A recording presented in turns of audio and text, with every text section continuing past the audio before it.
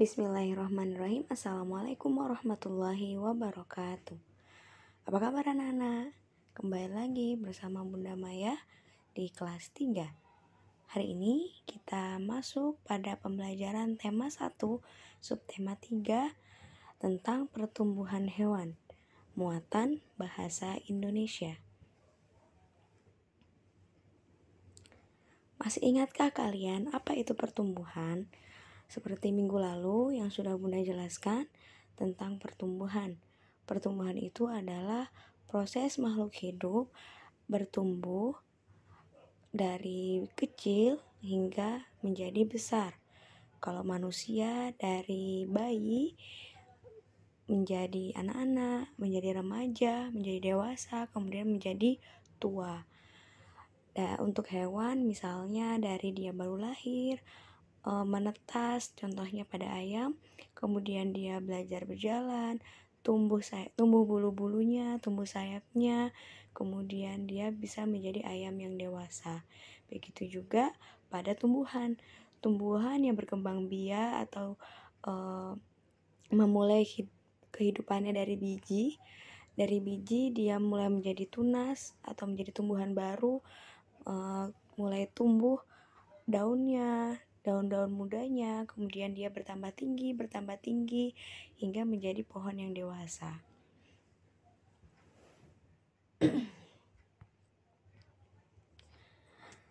Dan pada kali ini Bunda akan membahas tentang pertumbuhan pada beberapa hewan atau tentang daur hidup hewan. Di sini Bunda pertama akan mencontohkan pada pertumbuhan hewan ikan. Seperti yang anak-anak bisa lihat pada layar, di situ ikan memulai kehidupannya itu dari telur. Telur ikan ditetaskan oleh ikan-ikan betina dewasa di dalam air. Telur ikan kemudian berubah atau menetas menjadi larva ikan. Larva ikan tersebut mereka berenang di air di sekitar tempat dia menetas. Setelah itu, larva ikan akan berkembang atau bertumbuh menjadi larva ikan yang memiliki kantong kuning telur untuk sumber makanannya. Jadi anak-anak bisa lihat di situ pada tanda panah setelah larva ikan, ada larva ikan yang badannya semakin memanjang dan memiliki kantong pada tubuhnya yang sering dia bawa kemana-mana yang berisi sumber makanan untuk hidup dia selama menjadi larva. Setelah menjadi larva, dia akan berkembang atau bertumbuh menjadi anak ikan. Jadi saat dia menjadi anak ikan, kantong sumber makanan tadi itu akan hilang dan dia mulai memiliki sirip dan memiliki sisik-sisik pada tubuhnya. Setelah menjadi anak ikan, ikan-ikan tersebut juga bertumbuh dan menjadi ikan dewasa.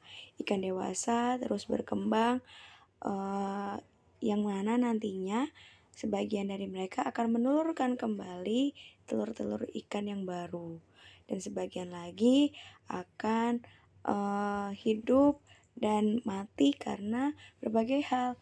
Bisa jadi karena ditangkap oleh manusia, bisa jadi dia mati karena dimakan oleh ikan-ikan besar yang lain, dan sebagainya. Kemudian selanjutnya di sini ada pertumbuhan hewan kelinci. Ini kelinci adalah salah satu hewan mamalia yang hidup di darat. Hewan mamalia itu apa? Hewan mamalia itu adalah hewan yang berkembang biak dengan cara melahirkan.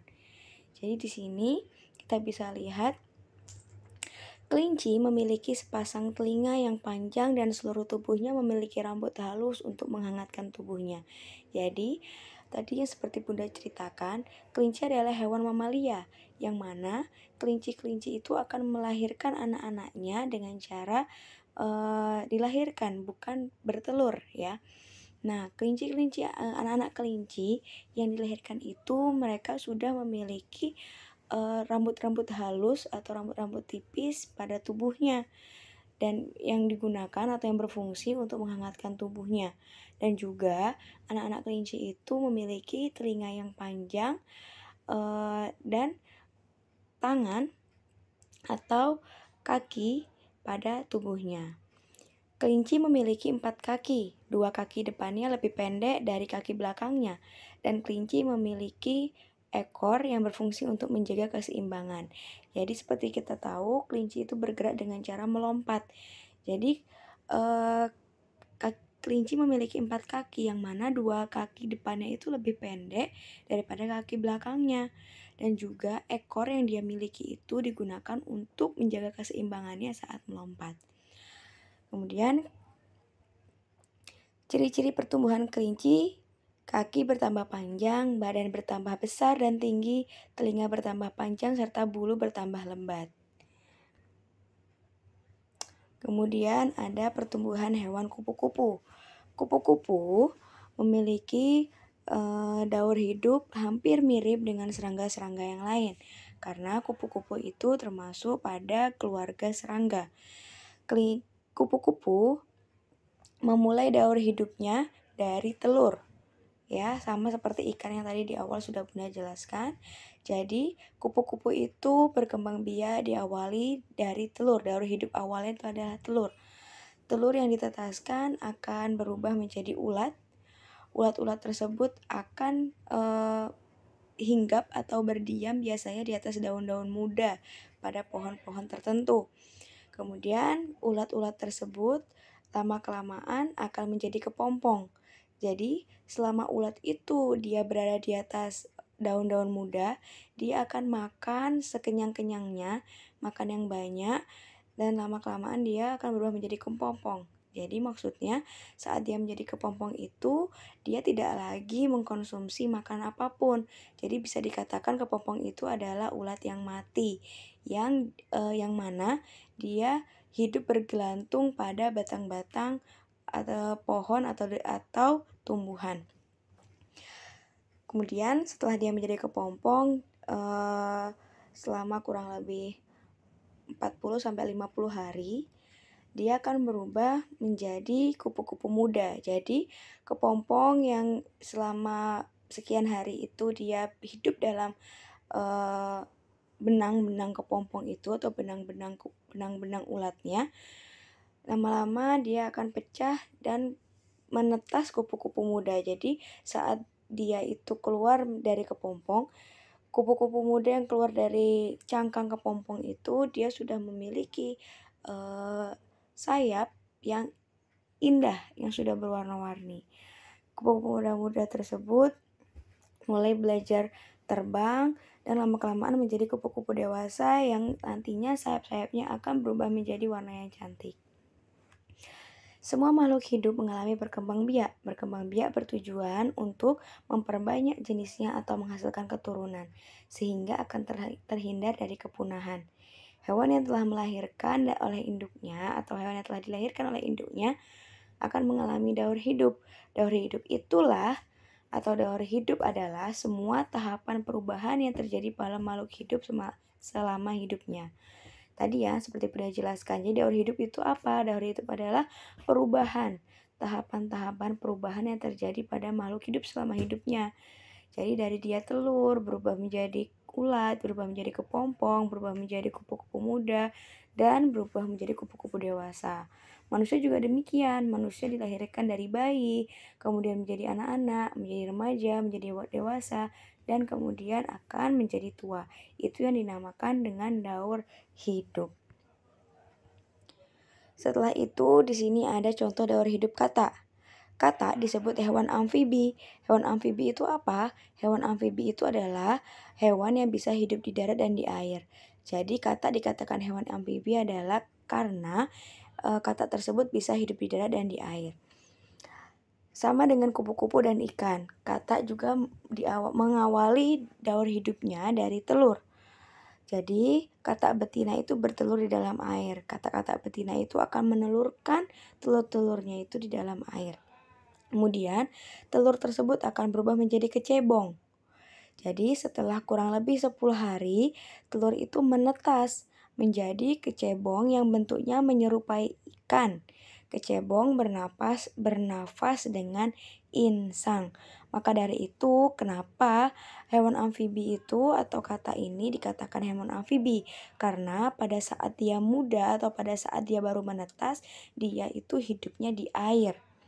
Nah, setelah dia dari kecebong, dia berubah lagi menjadi berudu.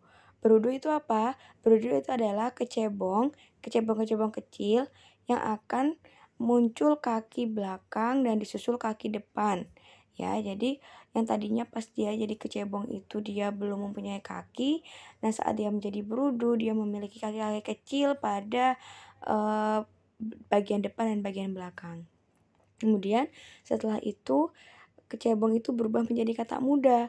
Katak muda, setelah beberapa hari, ekor berudu itu yang tadinya si berudu itu memiliki ekor, dan saat dia berubah menjadi katak muda, ekor berudu itu akan menyusut kemudian hilang. Maka dinamakan dengan katak muda. Dan kemudian setelah katak muda, dia berubah lagi menjadi katak dewasa. Katak muda siap pergi di darat dan tumbuh menjadi katak dewasa. Katak dewasa bernafas dengan paru-paru dan kulit. Maka dari itu, saat dia katak dewasa itu setelah maka dari itu, saat katak sudah berubah menjadi katak dewasa, dia hidupnya di darat. Maka dari itu, katak dinamakan dengan hewan amfibi.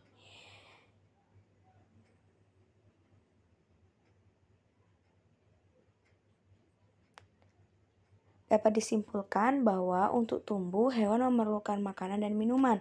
Selain itu, jika kita memiliki hewan pemeliharaan, juga perlu diberi tempat tinggal dan dijaga kebersihannya. Hewan juga memiliki ciri-ciri dan cara perkembangan yang berbeda. Setiap tahapan perkembangbiakan hewan juga berbeda-beda. Oke, terima kasih. Cukup sekian penjelasan Bunda hari ini. Semoga dipahami ya. Jika ada yang tidak dipahami, bisa tulis pertanyaan di komentar atau WA Japri ke nomor Bunda. Terima kasih. Wassalamualaikum warahmatullahi wabarakatuh.